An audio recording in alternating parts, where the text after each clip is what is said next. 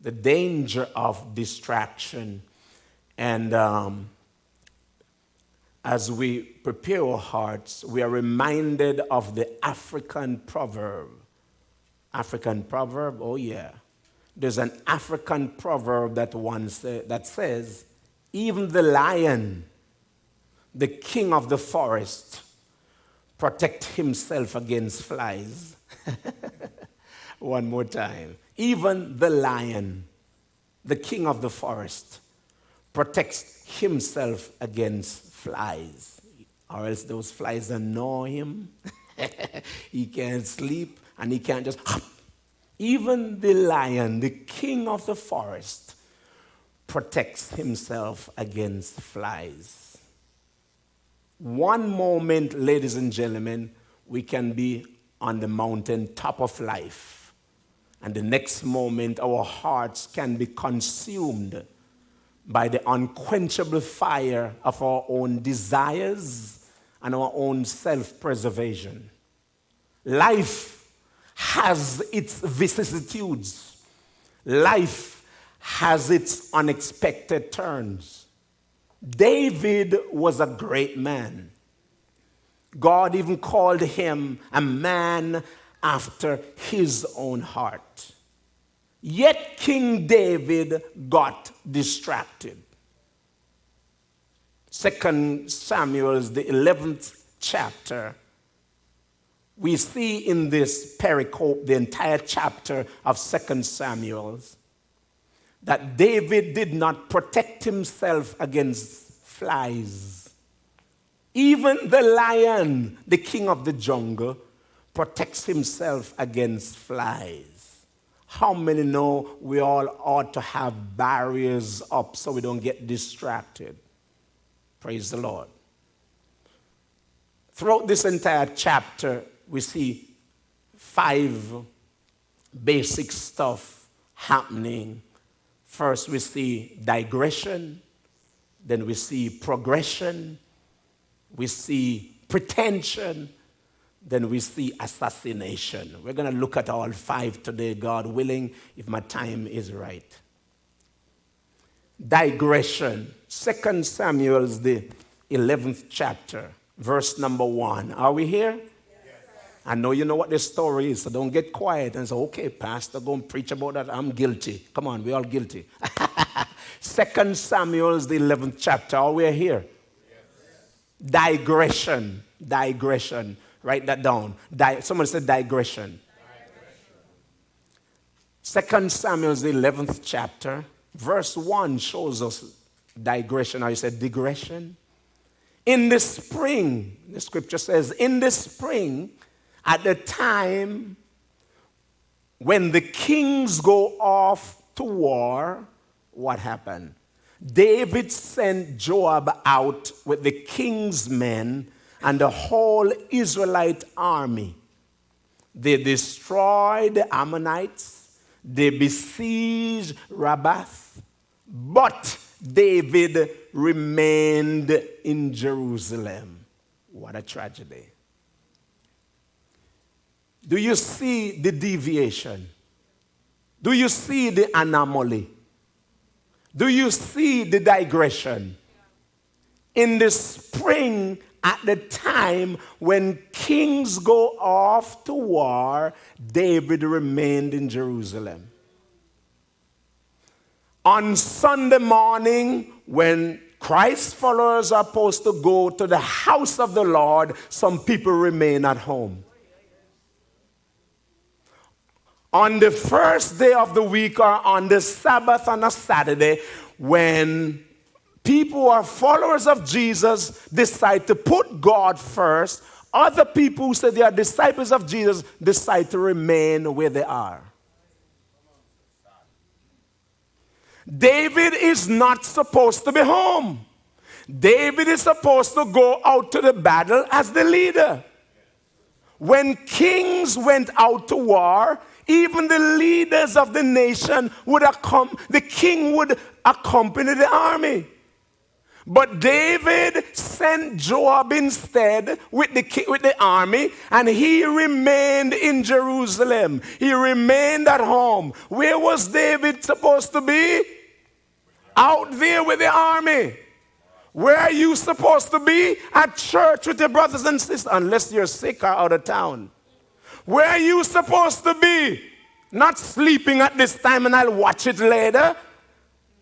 David, look at the digression. Ladies and gentlemen, the enemy comes to digress us. The enemy comes to bamboozle us. And listen, you and I are not smart enough to outsmart him. Remember that the enemy already lived in heaven. And he understands God more than you and I. The enemy is a cherub. He's a big dog. And he knows exactly what God creatures' proclivities are. David digressed. Look at the anomaly. Look at the deviation. He's supposed to be in church. He's supposed to be on the battlefield, but he's home. Supposed to be reading the Bible, but watching television. Supposed to be praying, but on social media sending pictures.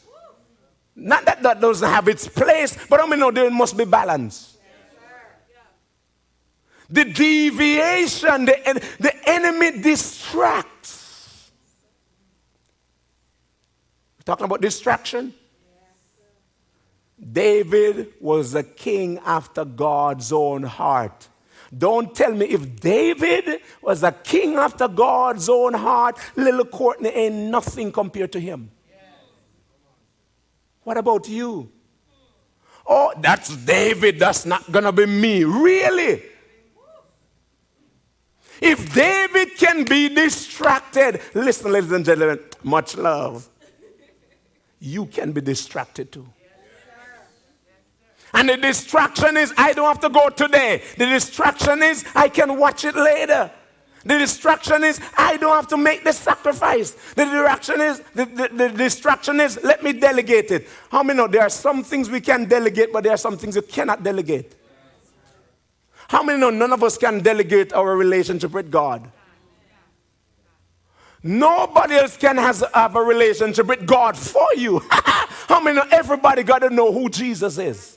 It's a personal relationship with God. Oh, my dad is a pastor, so I can be good for nothing. Really?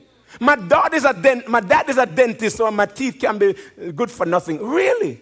How many know because your dad is a dentist, don't make your teeth good? How many know if you roll up in Burger King, that don't make you into a burger? The digression. David is supposed to be an assignment. Where is he? At home. Not just digression, but look at verse 2. Progression. Verse 2.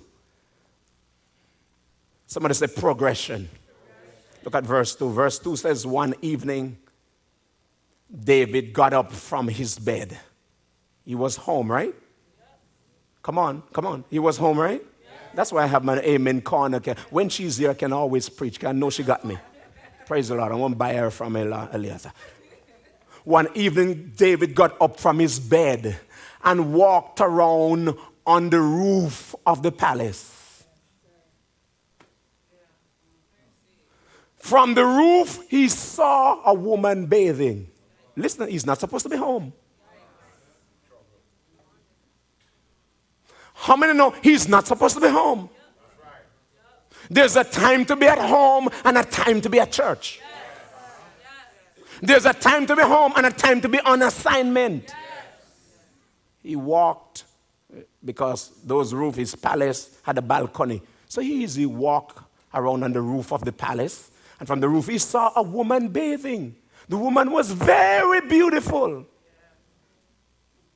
And David sent someone to find out about her. What's the progression? He got up from his bed. No, first thing, he stayed home. What's the progression? He got up from his bed. He climbed up on his roof. Look at the progression. He saw a woman bathing. He sent someone to find out about her. And then what? Progression. Then he sent the person to go fetch her. Ladies and gentlemen,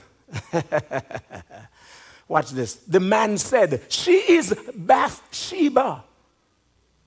She's the daughter of Eliam and the wife of Uriah the Hittite. Oh, so because you're married don't mean you're out of the neck of the woods.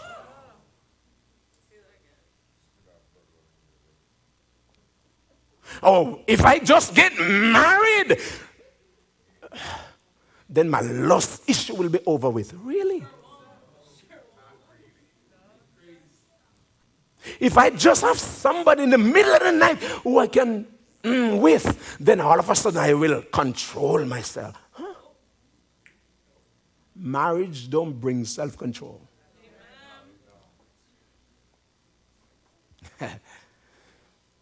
The wife of Uriah the Hittite, so she's already taken. But how many know when a person is digressing and progressing, even sense knock out of your head? Even things that were not twisted, all of a sudden gets twisted. Do you notice our culture is upside down? Our culture is upside down. The things that are always wrong now appear right. And the things which are right now appears. So some people looking at me strangely. What culture is he in? The culture of the Bible. And God is always right. And it's not because he hates you, it's because he loves us. Look at this progression. The progression. Now look at this. The third thing. Okay, I want to use my time right. The third thing, listen, ladies and gentlemen. She is Bathsheba, the daughter of Eliam, the wife of Uriah the Hittite. Listen, your attention please. Look out for the slow leak, not the big blowout. Write that down. In life, where we get tripped up is the slow leak. The slow leaks. We're waiting to say, pooh, the tire blew out. Then we know we have a flat tire. It's been going down, but we're ignoring it. You know what I'm finding out? I'm finding out, and I'm praying and fasting, and the Lord is working on me with it. That the little things in life, if you can master them, you don't have to worry about the big. Do you know that? Do you know even where self-control is concerned? Where self-control is concerned, the best way to have self-control is master the little things. The little things that people said it's insignificant. It's just off half inch. It's just off half an inch. You know, half an inch off can make the bridge collapse. Go tell the attorney that. It was just half inch off. You got to pay up. Those little things. And attorneys are always looking for the little thing that you overlooked. And the devil is looking for the little things that we overlook too. That's why I'm asking God, God, help me not to overlook the little things, because the little things are turning into big things. You can't have big things. Every big thing is made up of little things.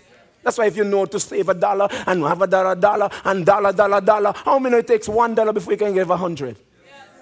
The little things that people say, well, it's just change. It's just a quarter. It doesn't matter. Little things.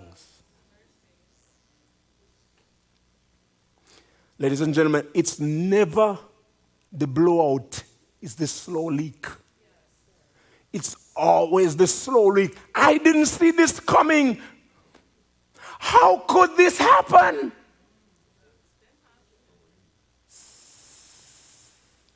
But because the slow leak is that, we missed it.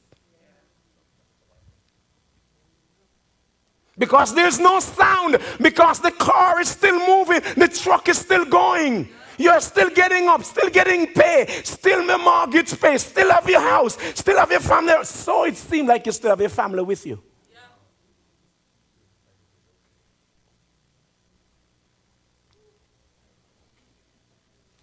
Lord, help me. Lord, help me. Progression. Somebody say it's never the blowout. It's the slow leak. Are you leaking? You're in the right place. Introduce you to the right person. And he don't pluck tire. He make new tires.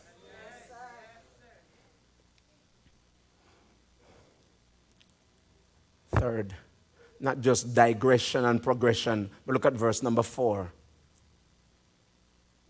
David sent messengers to get her. He sent messengers to get her. How many know, not because you're a leader, not because I'm the leader, mean I get whatever I want, when I want it.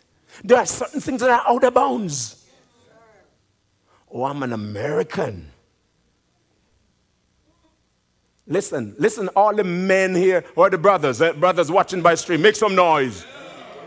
Listen, not every woman is for you. Not every girl who looks pretty you have to have. Not because she's dressed in a provocative way. Learn self-control. Not because she's not answering. Don't push her. Don't stab her. Don't abuse her. Chill out. Take a walk. Drink some water. Cry out to God. A woman is not a punching bag. Let's learn self-control. Not every woman don't see a woman as a sex object. And don't even dress like you're a sex object either. He sent messengers to get her. This is where we're living, ladies and gentlemen.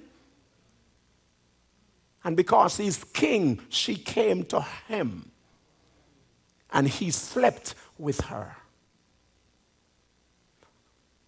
Now she was purifying herself from the monthly uncleanness. In other words, she had her monthly cycle.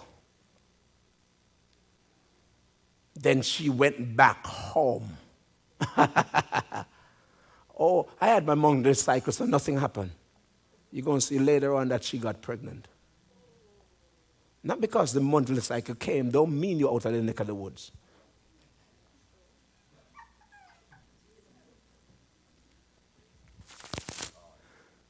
She went back home. The third point is concession. Not just digression and progression, but concession. In other words, compromise. She went back home. Look at the compromise. It's very subtle. Somebody say subtle. Nobody else knew about it except David, the messengers, and Bathsheba. So he thought.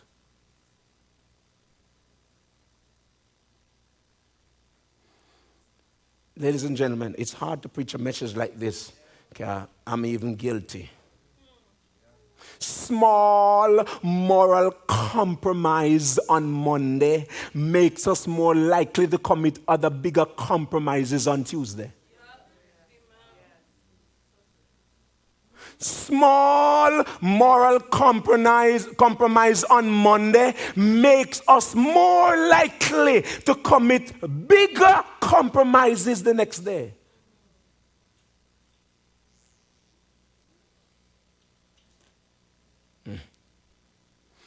I'm finding out that people really commit to the big sins out of the blue. The big sins never just happen out of the blue. Ta-da! There was a slow leak. People rarely commit the big sins out of the blue. They rarely commit big sins out of the blue. They started with small things. Anybody have kids? Teens? You ever had teens? Told them to come in at 10. Can I get a witness? They come in at 10:30. You didn't say anything. They come in at 11. Didn't say anything. They come in at 1. Didn't say anything. They're gone all night.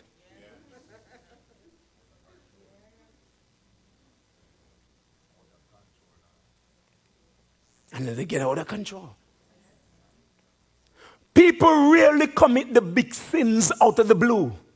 Ladies and gentlemen, that's why we need God. That's why we need the spiritual disciplines. That's why we need to not be distracted. That's why we need to be on the prayer line. That's why we need to have our daily devotions. That's why we need to fast. That's why we need to deny self. That's why we're not going to get so busy. Oh. The compromise. Distracted. Supposed to be on the battlefield. You delegate somebody. Or let my wife. Wife, you go to church. You go to church. Do you know, husband, no wife can go to church for you.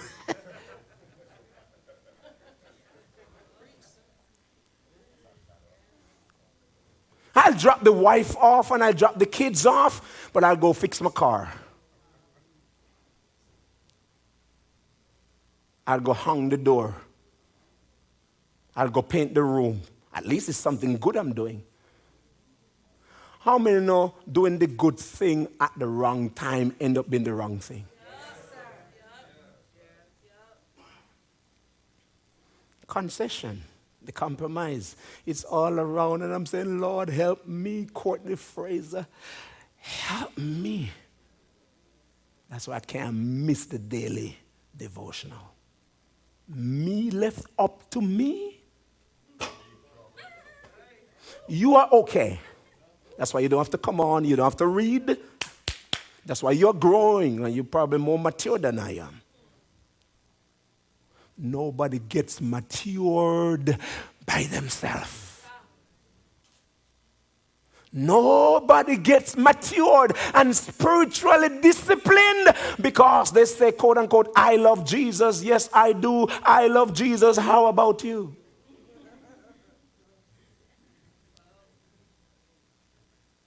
If it can be pressuring to me and I'm not even your age yet, can you imagine you? If it can be pressuring to me and I'm married, can you imagine you being single?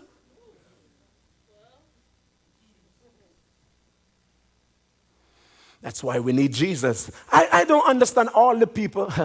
I'm reading a book. I just finished it. It's the longest book I've ever read. It's called The Process of Character. Man, that book ministered to me. I was 3/4 way, and it's like, man, I haven't read the other things I used to read all month long. And I had to talk to myself, Courtney, you're not a quitter. And I had to force myself to finish. And now I see why I had to finish it. Ladies and gentlemen, don't listen to the culture. All of us need something outside of us to keep us plumb. All of us need something outside of us. You cannot just pull up yourself by your bootstraps. Your strap's not strong enough. And that's something that we need is actually someone, and it's Jesus. Even when you decide to do good, evil presents itself. You tell yourself you're not going to do something. You don't have the strength. You don't have the ability. I don't have the strength. And I don't have the ability to do it of myself. I don't know how people say they don't need Jesus. And they have the power. It's me, myself. I'm a self-made man. No. Nobody can beat sin or temptation in and of themselves. Anybody will tell you that they're lying. Grandma, you need Jesus. Young people, all of us need Jesus. We don't even need just a little bit more. We need a whole lot more Jesus. Some people I know need double, triple Jesus. And that's okay.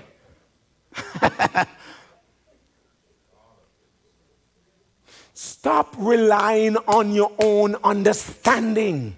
Don't you see it already? Every time you try to do it by yourself, you're tripping up.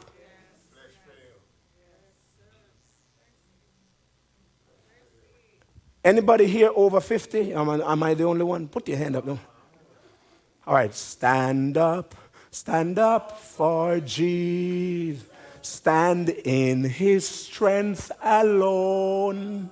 The arms of flesh will fail you. You dare not trust your... You know what some people read that as? You don't trust your own family. That's not what he's saying. Don't trust your own flesh.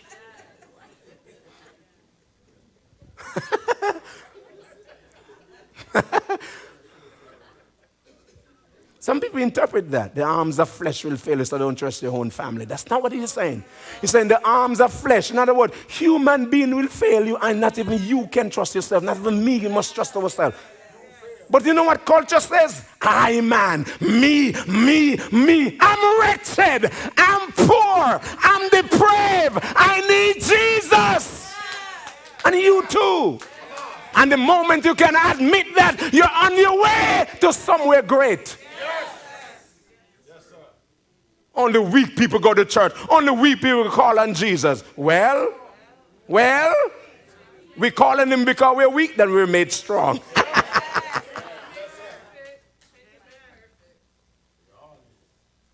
Concession. Let's move to number 4. Pretension.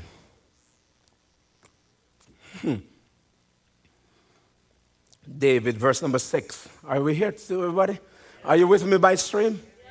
Verse 6. So David sent his word to Joab. Send me Uriah the Hittite. And Joab sent him to David. Joab was the captain of the army. Are you with me? Yes. David sent for Joab. You know who is Joab? The husband of Bathsheba. Uriah is the husband of Bathsheba. Thank you. That's why I said I need you here. Uriah is the husband of Bathsheba, and Joab is the captain of the army. So Joab sent Uriah to David. Are you with me? Yes. Okay. Verse number 7. You there? Yes. When Uriah came to him, who is Uriah? Bathsheba's husband. When he came to David, David asked how Joab, the captain of the army, was. Grooming, how the soldiers were and how the war was going on. How is school? How is life? You look, how many know there are some people who groom people so they can enjoy something later illegally? Look out for people who are genuinely interested. Not in what they can get, but based on what they see you have the potential to become. Amen. Then David said to Uriah, he asked Uriah, how is the war going? Then David said to Uriah, go down to your house and wash your feet. Sound like he caring, right? So Uriah left the palace, and a gift from the king was sent after him. David want the guy go home. You know why? You're thinking. He sent a gift. So if he wasn't going home, at least he's been bribed. Verse number 9. It sounds like us. Us. I didn't say you, I said us. But Uriah slept at the entrance to the palace with all his master's servants and did not go down to his house. Look at the contrast. Uriah cared so much for the people. Uriah cared so much for the community. He cared so much for the army that he says, no, there can't be war out there and I go home to my wife. But yet still David saw war and at home. Uriah is doing what David should have done. I can't stay at the palace. I got to go out there and support my team. Wow. Uriah slept at the entrance of the palace with all his master's servants. and did not go down to his house. Verse 10, David was told, Uriah did not go home, So he asked Uriah, haven't you just come from a military campaign? Why didn't you go home? In other words, aren't you tired? Isn't it a long day? Why you don't go to church? Why you don't go to the club? Why you don't? Isn't it a long day? Aren't you tired? You're going to church again. Aren't you tired? You believe in that short preacher again who is telling you crap?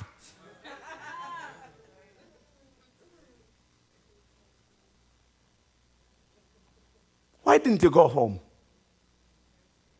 Why didn't you go home? I mean, God is providential. I think God is working through Uriah. You know why he wanted Uriah to go home? So if Uriah go home and lie with his wife, and when Bathsheba showed pregnant, at least he wouldn't look like his David.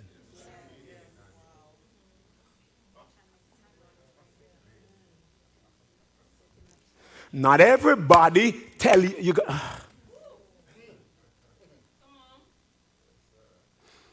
Know the voices that speak to you. And from what platform they're speaking you from. Look at Uriah, verse 11. Uriah said to David, the ark of Israel and Judah are staying in tents. And my commander Joab and my Lord's men are camping. Look at this, ladies and gentlemen. The ark and Israel and Judah are in tents. But David is in the palace. The commander, Joab, and the Lord's men, the other big dogs in the army, are camping in the open country. How can I go home, hug up my wife, cover on the blanket, and I'm an integral part, I'm a part of the team? It's my tribe, it's my group. That is important, yes, but this is more important because if I'm not there to represent and the army comes against all of us, going to wipe out, including my wife. How could I go to my house to eat and to drink and make love to my wife? As surely as you live, I will not do such a thing. That's one of the I will not we need to get. Are you with me? Yes, sir. I will not. Yes. And say, God, after you say that, say, God, help me, because knowing me, I will. Yeah. And then the super comes up on the natural. I don't know how people don't pray and cry out to God. God, I give him my flesh. I give him my urges, sexual drive. Do you say that? I just beat around it. Tell him where you need the help. God, guide my eyes, my ears, my hands, my feet, my emotions. We don't pray prayers like that. Oh, thou wouldest in the heavens. God, I'm a wreck. God, I'm messed up. God, I'm struggling. He wants to hear the prayer of a broken-hearted soul.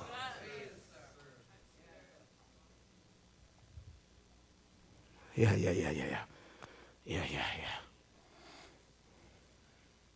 Uriah remained in Jerusalem. Watch this. How can I do such a thing? Verse 12, then David said to him, stay here one more day, and tomorrow I will send you back. So Uriah remained in Jerusalem the day and the next. This guy wasn't disobedient, he was smart.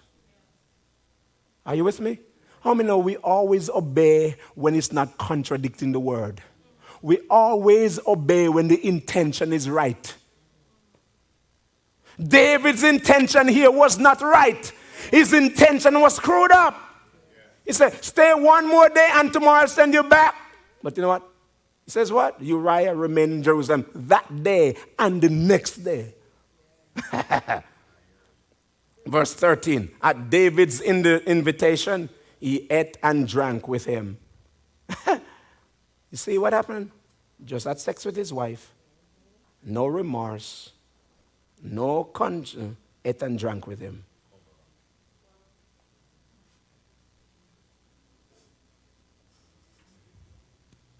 Sometimes the people who hurt you the most are those closest to you. Do you know when a child is molested, more than likely it's always a close family member or a friend? Somebody who knows them. Go hug, the child is pulling away. Go hug your uncle. He's your uncle. Look for signs. Go hug your grandpa. Go in grandpa's lap. Really? She's 12 and she's been touched and she...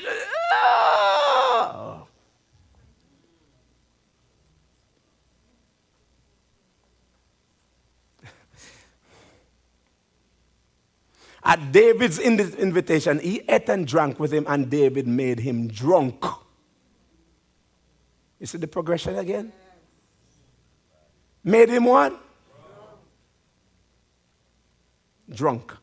But in the evening, Uriah went out to sleep on his mat, and among his master's servants, he did not go home.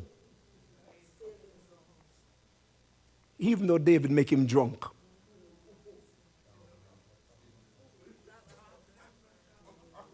That sounds like today's day. Even though he drunk, he not going home. I mean, that's determination. That must be God working behind the scene. Can they tell me normally when a man drunk, he head for home?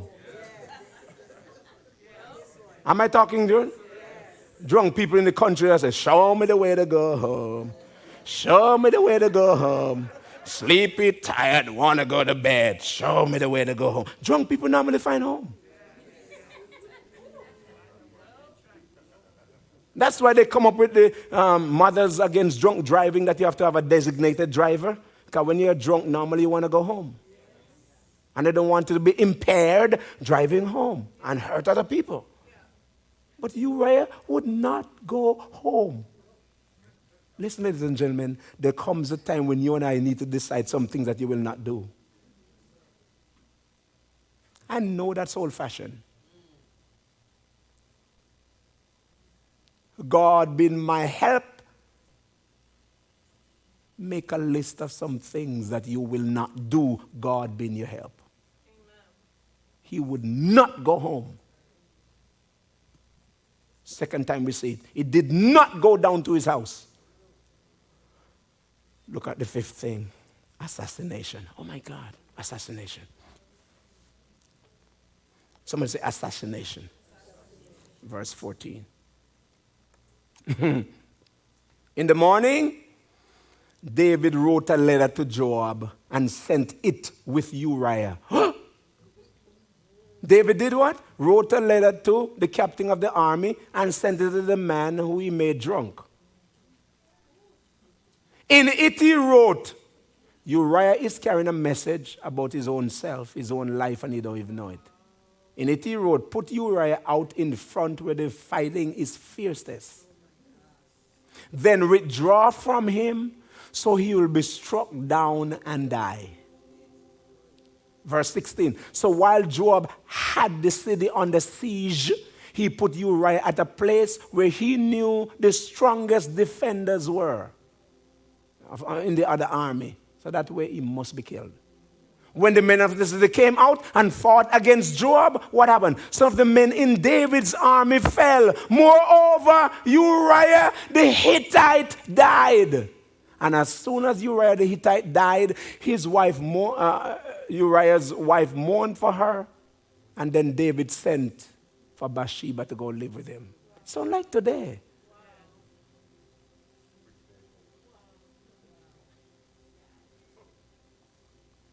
Verse 26, it's right there. Look, go drop down to verse 20 in the interest of time as I close. When Uriah's wife heard that her husband was dead, somebody say assassination. Murder, killing, assassination. When Uriah's wife heard that her husband was dead. She mourned for him, and after the time of mourning was over, David had her brought to his house, and she became his wife and bore him a son. Ladies and gentlemen, this is where I'm going to close out. But the thing David had done displeased the Lord.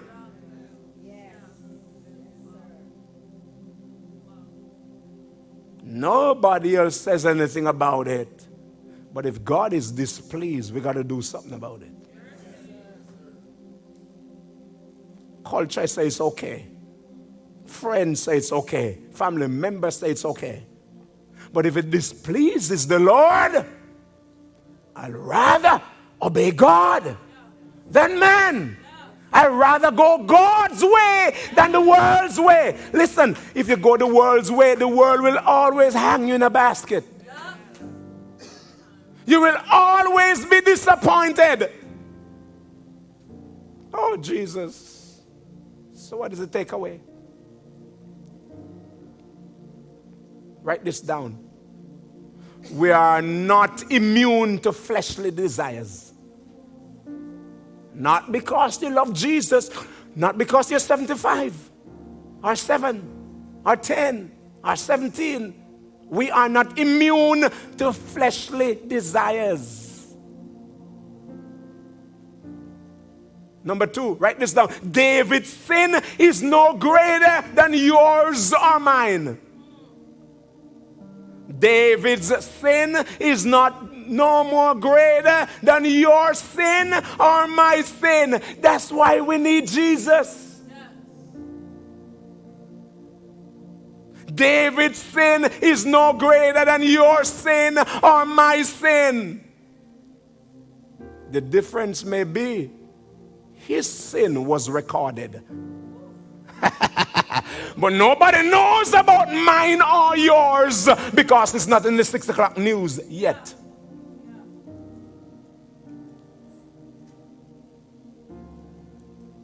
Ladies and gentlemen, do you know that God keeps a book? He keeps a record. And the only way we can get out of it is by presenting what he has already written and admit it. And say, God, I need your help. I don't have enough money to cover this. I don't have enough power and influence to cover this. I don't have enough things to cover this. If you don't help me. And all God does is chastise us so we don't become a public disgrace. That's why you should be happy when God chastises us. We should be happy that God does not expose us so the world laughs at us and kick us to the curb. God disciplines those he loves. And I prefer that. David's sin was recorded. That's how we look at him. Oh, that David. You know, none of us in here are innocent. All guilty. I am. That's why I needed Jesus. And I am. And that's why I still need Jesus. Right now.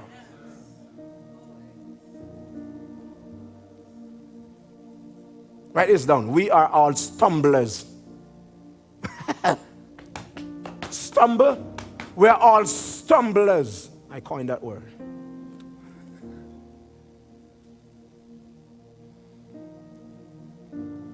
Let's go to Jesus. Because we are not morally superior to anyone else. I just curse because some people think that they are morally superior. Oh, that's him, that's her, but not me. None of us are morally superior to anyone else. Just look around. Just look at the people. Just look at the people. Look at 5 people quickly. Come on, look around. Look at 5 people. Look at 5 people if you can. Just look around to 5 people. Don't ever think that you and I are morally superior to anyone else. There go I, but for the grace of God. None of us are morally superior. We're all stumblers. So in closing, what's your sinful proclivity? Say, Pastor, for me it's not that. Is it coveting? Covet? wanting what another person has when it's not yours? What is your sin? Oh, Pastor, it's not the flesh. Is it lying? Well, Pastor, what is it? Pride? Is it being afraid? Being so prideful that you can't say, I was wrong, I'm sorry, help me, I don't have it together? Is it pride? Is it unrighteous anger? Not just anger, because there's some anger that's good. Is it unrighteous anger? Is it lust? What's your sinful proclivity? Is it narcissism? I'm always have to be right. I'm always have to be first. And I'll make sure everybody know that I'm here. And they have to do it for me. Is it narcissism? Is it deception? Everybody is bad, but I'm good. Everybody make mistakes, but not me. Everybody else need God, but I already have him. Is it deception? What's your sinful proclivity? Commit that to God. Let's confront sin, weakness, and selfishness in our own lives. Let's not be distracted like David got distracted.